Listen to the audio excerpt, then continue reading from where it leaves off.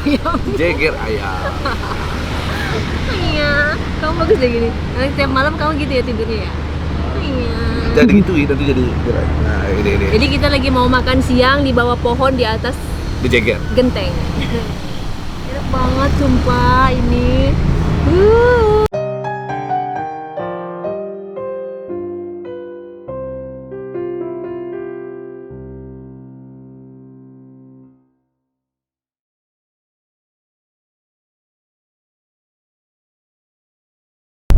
Halo, assalamualaikum guys. Di video kali ini kita lagi mau ke acara anniversary Jasmine Beauty yang kedua, menghadiri acara. Kita bertiga, Bang Pablo, aku selaku managing partner dari Pablo Benua & Co, dan juga Mas Ardi sini udah boleh nongol.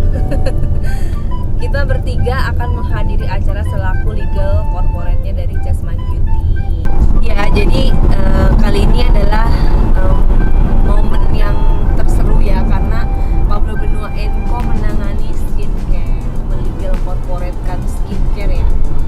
Menjadi legal corporate. Menjadi legal corporate dari skincare, beauty, produk beauty gitu kan. Nah, produk beauty ini kan produk-produk ke cewek, memutihkan wajah gitu kan. Banyak kan ibu-ibu yang pakai, anak kuliahan. Terus kan kalau legal corporate biasanya kamu pegang tambang, batubara, perusahaan-perusahaan yang memang cowok banget gitu ya, perusahaan-perusahaan yang gede-gede dan yang di daerah-daerah. Tiba-tiba kamu mendapatkan legal corporate dari skincare. Apa bedanya kamu mendapatkan misalnya tambang batubara atau semen atau kontraktor, tiba-tiba kamu menangani skincare? Apa plus minusnya? Pertama tuh, kalau skincare menurut gua tuh Jasmine itu sudah tepat menggunakan Pablo Benua & Co law firm sebagai legal corporate. Kenapa? Karena cuma lihat aja lawyer-lawyer lain, wajahnya semua pada ya apa ya, ada yang jerawatan lah, ada yang geradakan lah, apalah segala macam ya. Banyak lah begitu kan. Kalau pakai Hotman nggak cocok, Hotman kan hitam orangnya kan, dia nggak cocok untuk megang Jasmine gitu, malah nanti terlihat bahwa ya dia hitam. Kalau misalnya pakai siapa misalnya Rasman misalnya juga nggak cocok begitu, karena tahu sendiri Rasman kan orangnya nggak begitu peduli dengan yang namanya tampilan wajah. Nah, kalau gua orangnya sangat mempedulikan dengan namanya penampilan sekali. Penampilan itu nomor satu, sehingga wajar lah kalau Jasmine itu memilih gua sebagai legal corporate. Dari segi penampilan saja sudah bisa menyesuaikan dengan Jasmine. Nah, selain itu juga ya kualitas ya kita kedepankan ya. Gua sudah banyak kita megang retainer yang gede-gede, tapi memang baru pertama kali juga kita megang retainer atau legal corporate dari sebuah perusahaan skincare, klinik kecantikan. Memang baru pertama kali gitu. Jadi memang ada tantangan tersendiri. Kan lebih banyak wanita, cewek, ibu-ibu gitu ya, dari itu plus ya. Itu plus ya.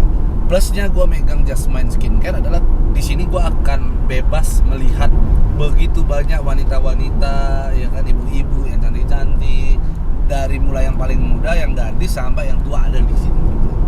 Jadi gue ya sambil kerja sambil cuci mata, sambil kerja sambil melihat kesegaran para wanita-wanita. Otomatis akan membuat gue tambah awet muda.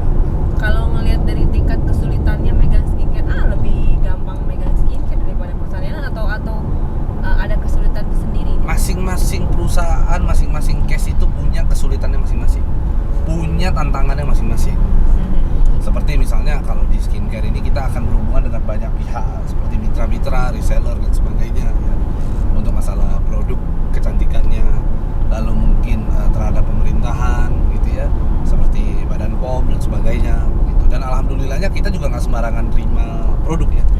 Gua awal pertama kali pada saat mau megang Jasmine itu, yang pertama yang gua tanya adalah apakah produk-produknya sudah Badan POM. Dan ternyata setelah gue cek, ternyata semuanya sudah Badan POM. Wow, keren. Sehingga gue mau gitu megang Jasmine. Kalau nggak, gue nggak mau, karena itu akan merusak citra gue juga gitu. Artinya gue nggak mau dibilang gue megang perusahaan yang produknya abal-abal, gue nggak mau gitu. Jadi gue selalu kedepankan itu. Nah kalau seandainya gua megang Jasmine, tantangannya adalah Jasmine ini kan termasuk salah satu produk yang progresnya cepat. Progres dia berkembang itu sangat cepat. Hanya dalam waktu 2 tahun dia berhasil sedemikian rupa menguasai pasar skincare di Indonesia gitu. Ya menurut gua Jasmine ini patut diperhitungkan sebagai skincare terbaik di Indonesia. Nah tantangannya adalah semakin tinggi pohon maka akan semakin besar angin yang menerjang gitu ya. Nah ini yang memang kami sebagai legal corporate konsentrasi untuk menangani, menghadapi, membela, bahkan melawan kepada pihak-pihak yang mungkin di luaran sana ingin menjatuhkan Jasmine Skincare. Kita tidak pandang bulu siapapun itu. Bahkan mungkin kalau ada pihak-pihak di luaran sana yang ingin menjatuhkan Jasmine Skincare, mungkin dia juga menggunakan lawyer ya, dan bahkan lawyernya kita kenal juga, gue nggak peduli, gue sikat kalian. Yang penting intinya kita membela sesuatu hak yang benar, gitu ya. Kita membela hak yang benar. Jangan ada di sini unsur menjatuhkan, pencemaran nama baik, ya. Dengan tujuan untuk mendongkrak produknya dia. Iya. Gue nggak mau begitu. Karena banyak loh. Harusnya fair. Kita lihat ya, di luaran banyak sekali orang-orang yang saling menjatuhkan, ujung-ujungnya dia mempromosikan produknya dia. Jualan Ujung-ujungnya jualan. Artinya, secara tidak langsung dia telah merugikan sejumlah pihak dan menguntungkan diri sendiri. Ini bahaya loh. Ada sanksi hukumnya gitu ya. Di dalam undang-undang ITE juga jelas itu mengatur tentang bagaimana melakukan pencemaran nama baik gitu ya. Apa sanksi bagi orang yang diduga melakukan tindakan pencemaran nama baik, fitnah dan sebagainya gitu. Nah, banyak gitu ya. Dan kalau di luaran sana banyaklah, mungkin kalau teman-teman bisa lihat ada aja orang yang berusaha menjatuhkan skincare tertentu dengan mengklaim bahwa dirinya adalah pahlawan bagi para wanita. Pahlawan itu, ini gue kasih definisi pahlawan ya. Pahlawan itu ketika dia bisa mengorbankan sesuatu dalam diri dia, apapun yang dia punya gitu ya, dia bisa korbankan sesuatu, menghilangkan kenyamanan di dalam dirinya untuk membuat orang lain nyaman. Itu definisi pahlawan. Oke, gue ulangin lagi biar teman-teman paham nih. Definisi pahlawan adalah seseorang yang bisa mengorbankan sesuatu, memberikan. Ya, mengorbankan bahasanya, mengorbankan sesuatu, menghilangkan rasa nyaman di dalam diri dia untuk membuat orang lain nyaman. Nah, bagaimana kita bisa berbicara bahwa pahlawan itu, seseorang itu disebut pahlawan ketika dia menjatuhkan produk orang lain dengan sengaja, tapi dia juga melakukan atau memasarkan produknya dia sendiri gitu. Kalau itu menurut gua bukan pahlawan, itu bukan menginspirasi, tetapi dia lebih tepatnya menjatuhkan orang lain untuk mengunggulkan produk dia. Nah, ini kan, ayo kita sama-sama cerdas nih. Kalau gua orangnya fair-fairan, gua nggak pegang Jasmine juga misalnya, atau gua nggak pegang skincare juga, gua akan berpandangan yang sama gitu. Apalagi gua pegang skincare kan. Jadi gua lebih berharap orang untuk lebih berhati-hati di luaran sana, siapapun itu ya. Gua nggak sebut nama gitu ya. Nantilah gue sebut nama lah kalau ada waktu ya. Ini sekarang soalnya gue lagi pengen happy. Intinya adalah siapapun itu di luaran sana, hati-hati ya dalam bersosial media. Hati-hati dalam menjatuhkan produk orang lain begitu. Karena Anda punya tujuan. Karena orang yang menjatuhkan itu punya tujuan. Kalau dia menjatuhkan tanpa tujuan, it's okay. Gue nggak jadi masalah. Artinya kita bicara review, oke, lu boleh review. Ya, berarti secara tidak langsung, menurut aku yang bukan pakar hukum ya, orang yang menjatuhkan untuk menjual produknya diri sendiri, berarti dia Bidana. tidak percaya. Iya. Secara di luar hukum ya, dia tidak percaya bahwa produk itu bagus. Yes. Untuk dipakai orang lain, Yes. sehingga dia harus menjatuhkan produk orang lain gitu. Kalau memang produknya sendiri bagus, tidak perlu menjatuhkan, otomatis orang yang membeli merasakan efeknya dan kemudian akan merepeat order, terus membeli dan akan merasa nyaman dan akan merasa menggantungkan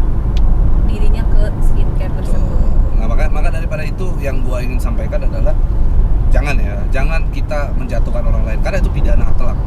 Kalau review misalnya MUA itu kan banyak itu kan, makeup artis apa segala macam, lalu bikin vlog tentang skincare, dia mereview itu skincare, it's okay, tidak ada keuntungan secara pribadi meskipun ada AdSense begitu. Dia secara secara jujur dia mereview itu.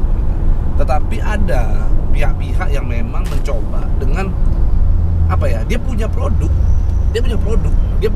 yang dia jual begitu. Bahkan setiap dia membuat video dalam mereview skincare orang lain, nanti akan ada selingan-selingan tuh produknya dia tuh muncul tuh, kayak bumper lah, bumper in, bumper out, selalu ada itu produknya dia. Nah itu kan menurut gua yang menjatuhkan demi keuntungan diri sendiri, dan itu pidana loh. Iklan terselubung loh ya. Iya, iklan terselubung, dan itu pidana telak. Mungkin kalau dia berhadapan dengan orang lain yang pengacaranya bodoh-bodoh lah ya. Kalau gua mah orangnya fair-fairan aja kalau ngomong kan. Ya kalau ada pengacara yang nggak suka sama omongan gua, serah deh.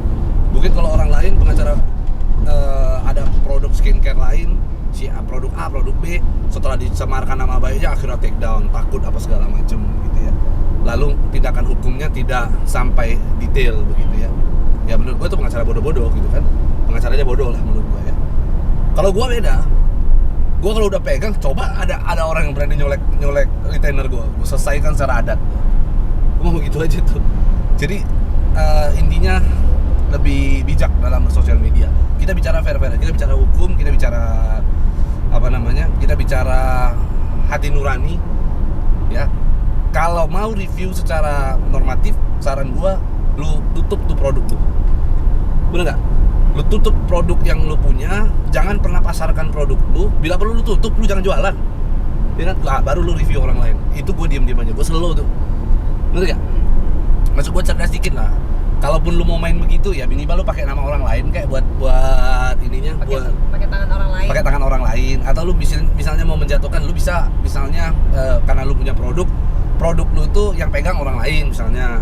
Seolah-olah ownernya adalah ini terlalu frontal gitu. Sekali Seolah-olah lu adalah tuhannya skincare. Itu yang menurut gua nggak baik ya. Cobalah untuk lebih bijak, lebih pakai akal ya, jangan sembarangan ya.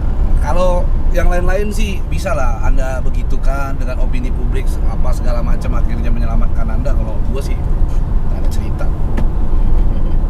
Jadi semakin cerdas dalam memilih skincare, semakin cerdas dalam memilih tontonan ya. Jadi kalau di Jasmine ini, walaupun kita legal corporate, tapi aku sendiri udah pernah memakai dan aku memakai Jasmine, dan Jasmine ini produknya sendiri bagus gitu.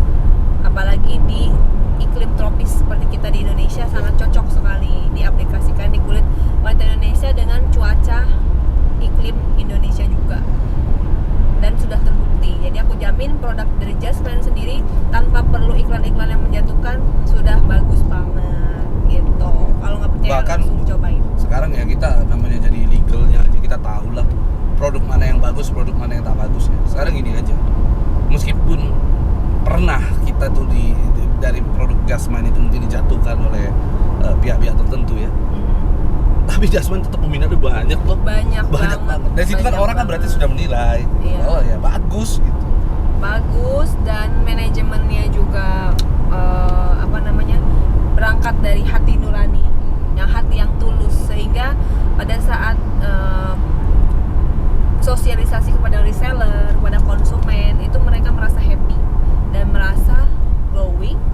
Terus juga pendapatan mereka tambah banyak, kulit mereka tambah glowing, pergaulan mereka tambah luas, dan semuanya udah mencakup deh. Wanita-wanita merasa puas, kantongnya puas, wajahnya puas gitu. Jadinya, dan tanpa melukai ya, tidak ada sisi bahaya ya. Ya betul. Gua cuma mau sampaikan ya, masalah bahaya atau tidak itu jangan dengar dari omongan orang. Ngerti ya? Jangan ada bicara bahaya. Kalau misalnya bahaya, apapun yang kita konsumsi secara berlebihan akan berbahaya. Betul. Vitamin C kita konsumsi secara berlebihan ya akan berbahaya. Betul. Begitu, semua tetap ada kadar, ada batasnya, begitu ya. Jadi kalau mana tahu ada pihak-pihak orang lain, oh karena dia punya kandungan ini apa segala macam berbahaya. Nah, kalau menurut gua bukan itu poinnya. pertanyaan gua adalah itu kan potensi. Kita kalau Iya. bicara potensi, Iya. potensi itu ada potensi setelah yang akan terjadi potensi ya. Ada juga sebelumnya. Kita harus lihat sebelumnya. Iya. Gitu. Kalau kita bicara potensi ya, Hmm. kalau kita bisa bicara bahwa nanti suatu saat bisa jadi akan rusak wajah begini. Kita itu kan sesuatu yang belum terjadi. Berarti kita boleh dong membandingkan dengan sesuatu hal yang sudah terjadi sebelumnya. Yang kita lihat adalah apakah selama ini sudah pernah ada orang yang merasa luka, ya kan, menggunakan produk akhirnya cacat, menggunakan produk tersebut, atau misalnya dirugikan lah. Apakah sudah ada? Nah, ini yang penting ya kalau menurut gua untuk kita bahas ya. Jadi jangan sembarangan lah kalau menurut gua. Kita netizen juga harus cerdas, jangan asal-asal menginspirasikan diri Anda itu terhadap seseorang yang menurut Kadang-kadang gua tidak pola layak. pemikiran suka kebulak-balik ya. Netizen tuh- itu kadang-kadang